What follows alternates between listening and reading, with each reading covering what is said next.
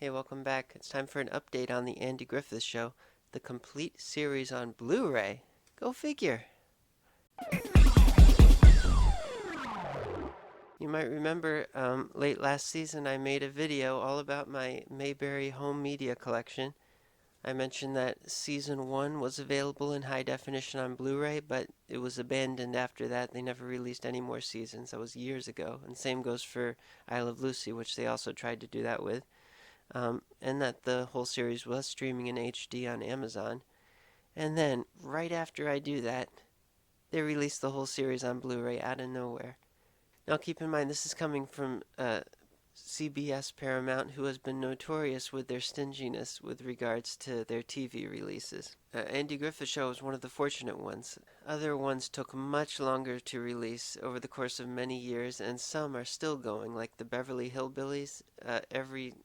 Every 50 years, it seems like they might release another season, even though the entire series has already been digitized and remastered and for airing on television, and yet they just don't want to release these on home media for some reason. Well, with the Andy Griffith Show, they finally did it. These high definition masters have been done for nearly a decade now, and now they are all available on this huge Blu-ray set. It has the similar cover to one of the complete series DVD releases, and they're each in individual wide Blu-ray cases that hold 4 discs per set, per season. And the individual seasons also have this postage stamp style artwork that was done on some of the individual DVD season releases in the past. Now, one good thing is that the Blu-rays from season 1 are exact copies of the season 1 Blu-ray set that was released 8 years ago, back in 2014. And they have the same disc artwork, that blue artwork. And everything else is exactly the same. The deluxe menus, the extras. It includes the full-length Danny Thomas Show pilot episode in HD, as well as the full reunion movie Return to Mayberry in HD, as well as some other extras like sponsor spots, which were basically commercials that were kind of like an extension of the episode that we're missing all this time, because it tied into the story, but it was to sell a product. The rest of the series are newly authored discs, and as such they look different. They have this gray color scheme and this new design for the Andy Griffith logo. I'm not sure who designed that. It doesn't quite feel like Andy Griffith, but oh well, that's not really important. What matters is what's on the disc.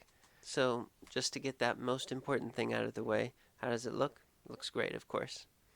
These were all filmed on 35mm film. Of course, there are times when some elements might not be available, and it cuts to perhaps prints rather than the negative, or maybe even a smaller format film backup to splice it in. But by and large, it looks very good, very sharp, richer colors. It looks just like it was when they filmed it. Much better than you would see on a DVD or on most broadcasts. So you've got the black and white seasons, season 1, season 2, season 3, season 4, season 5. This was Barney was partially in this one. And then it went to color, season 6, season 7, and season 8, including the last episode, which was also the segue to Mayberry RFD. Just like their DVD counterparts, season 2 and 3 also have the sponsor spots on them as extras. This was also available at a pretty low price point. I mean, when the initial season 1 Blu-ray came out, it was pretty pricey for a season. I can understand why it wouldn't sell well at that point, but this entire series I got for less than $80, and sometimes they're selling for even cheaper. So this wasn't a big budget project. The masters had already been done for a long time, and they made the wise choice to just monetize it. Not everyone wants to do streaming. Some appreciate the better quality, the actual ownership. They reused pre-existing artwork. There was very simple errors, such as a the unevenness of the numbers on the spine, some bigger, some smaller, some higher, some lower. Very basic menus on seasons 2 through 8, just still menus, no real new extras. And I'm okay with all of that. As long as you get the series out there, you don't usually need all the bells and whistles, especially at such a good price point. That being said, there were a couple of things that already existed and should have been included, but they didn't. There's two things they dropped the ball on. One of them, the lesser importance of the two, is subtitles. Season 1 has subtitles because these are the old deluxe discs from 2014. But seasons 2 through 8 do not have any subtitles or closed captions. Blu-ray doesn't have closed captions, but they don't have any subtitles. And that's not everybody would care about that. Some don't like them. Some need them. Some just like to read along whether they can hear or not. But the thing is, this wouldn't have cost any extra money because the subtitles were already existing on the DVD. It's what they call a SRT file. It's a very simple text file that can easily be ported between formats, and they dropped the ball on that and did not include subtitles. If they wanted to keep it simple, they could even have not even included it on the menu, but you can do it through your disc player if you so wish. But nope, not even that.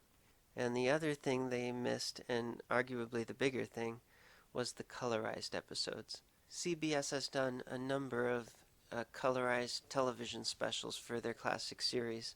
Probably the most popular one was I Love Lucy. They've done a lot of them. They even combined some of them into a theatrical special.